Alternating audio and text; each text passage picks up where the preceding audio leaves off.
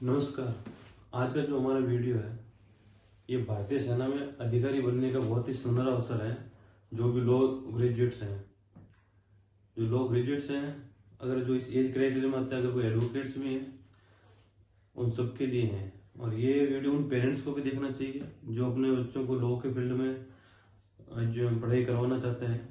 तो उनके लिए भी, उनको भी पता होना चाहिए, इस चीज़ की जानकारी होनी चाहिए कि सेना में एक लॉ ग्रेजुएट किस तरीके से डायरेक्ट अधिकारी बन सकते हैं। तो मैं इस वीडियो इसलिए बना रहा हूँ कि जो मेरा पर्सनली अनुभव रहा है कि जो सिविलियन साइड से हैं, जनरली जो लॉ ग्रेजुएट होते हैं या लॉ की पढ़ाई कर रहे होते हैं, उसको इसकी जानकारी काफ़ी कम रहती है। तो उसी उद्देश्य से मैंने इस वीडियो को बनाया है।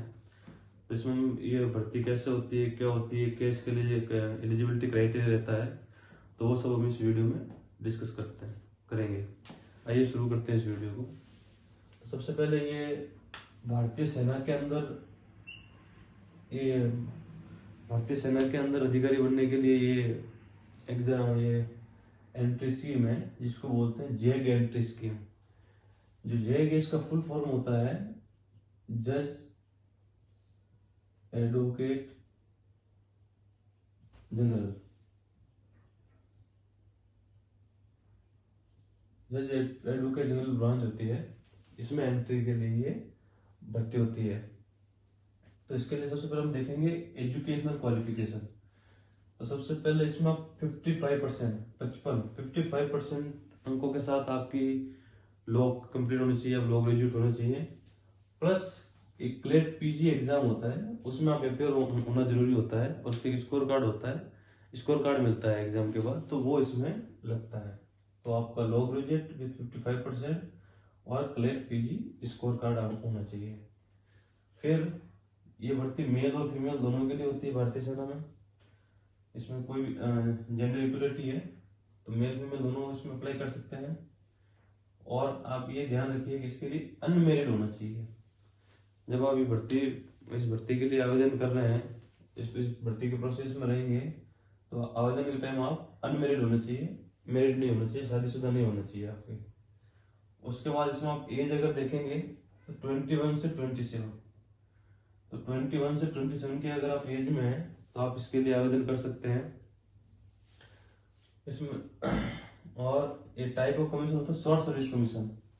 भारतीय सेना में दो तरह के कमीशन होते हैं अधिकारी बनने के लिए, एक परमानेंट कमीशन होता है, एक शॉर्ट सर्विस कमीशन होता है। तो कभी अलग से डिस्कस करेंगे दोनों कमीशन में क्या डिफरेंस होता है। बट फिलहाल के लिए आप ये समझिए कि शॉर्ट सर्विस कमीशन होता है जो कि 14 ईयर्स के लिए होता है।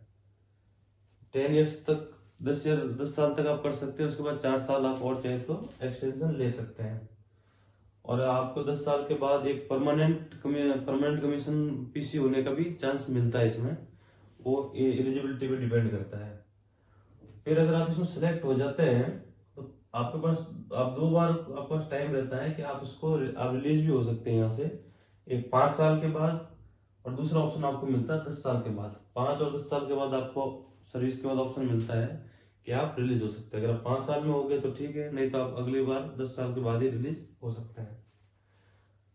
ये तो बताया दिया मैंने आपको, 10 साल के सर्विस के बाद परमानेंट कमीशन होने का भी चांस मिलता है।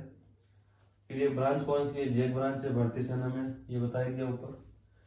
और जैसे आप अधिकारी बनते हैं, आपकी ट्रेनिंग कंप्लीट हो जाती है, तो आपको सबसे पहले लेफ्टिनेंट की रैंक मिलती है। आपकी 49 वीक्स की ट्रेनिंग होती है officers training academy Chennai, OTA officers training academy Chennai में 49 वीक्स की आपकी ट्रेनिंग होगी। और ट्रेनिंग के दौरान ये आपका 56,100 आपका पर मंथ का स्टाइपेंड रहेगा। और इस भर्ती के लिए पे लेवल ये है, पे लेवल 10 से एंट्री शुरू होती है। तो सारी चीजें हो गई आपकी, कौन सी ब्रांच में आपकी एंट्री है, एजुकेशन क्वालिफिकेशन हो गया आपका, जेंडर मेल फीमेल दोनों के लिए है, अनमेरिड होना चाहिए, 21 से 27 साल की एज होनी चाहिए, शॉर्ट सर्विस कमीशन है, 14 साल के लिए होता है, 10 साल तक करने के बाद आप 4 साल और एक्सटेंड कर सकते हैं। दो बार आपको भर्ती होने के बाद, अधिकारी होने के बाद चांस मिलते हैं सेना से रिलीज होने की। एक पहला ऑप्शन 5 साल के बाद और दूसरा 10 साल के बाद। फिर 10 साल के बाद आपको परमानेंट कमीशन होने का भी चांस मिलता है, जेक ब्रांच हो गई। अब भर्ती ट्रेनिंग खत्म होती है आपको लेफ्टिनेंट अधिकारी से सीधा आपको पद मिलता है। और ट्रेनिंग 49 वीक्स की ओटी है चेन्नई, स्टाइपेंड 56,100 पर मंथ और पे लेवल 10 से सीधी एंट्री है। अब इसमें सिलेक्शन प्रोसेस को हम समझ लेते हैं। सबसे पहले आपको नोटिफिकेशन होगा, इस साल में 2 बार आता है, twice in year, twice in year, साल में 2 बार होता है। जनरली या देखिए जनवरी फरवरी या जुलाई अगस्त, ये 2 बार ये साल में 2 बार ये नोटिफिकेशन रिलीज होता है, 2 बार भर्ती होती है। सबसे पहले नोटिफिकेशन रिलीज होगा, उसके बाद आपको अप्लाई करना है। आपको अप्लाई करने के बाद आपको शॉर्ट लिस्टिंग होगी, जो भी आपकी एप्लीकेशन जाएंगी, शॉर्ट लिस्टेड कैंडिडेट को एसएसबी इंटरव्यू के लिए बुलाया जाएगा। आप यह देखिए आपका रिटर्न नहीं है, रिटर्न एग्जाम नहीं है आपका, इस चीज को ध्यान रखिए। मेन बच्चे घबराते हैं रिटर्न एग्जाम से, तो इसमें रिटर्न एग्जाम आपके है नहीं।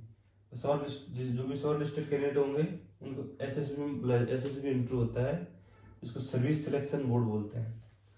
शॉर्ट एसएसबी का फुल फॉर्म होता है सर्विस सिलेक्शन बोर्ड। यहाँ आपको पाँच दिन का एसएसबी होता है, सर्विस 5 दिन का आपका इंटरव्यू चलता है, 5 दिन के लिए। अगर आप इसमें पास हो जाते हैं तो उसके बाद आपका मेडिकल होता है, मेडिकल के बाद आपकी एक मेरिट बनती है और मेरिट के बाद आपको ज्वाइनिंग लेटर मिलता है।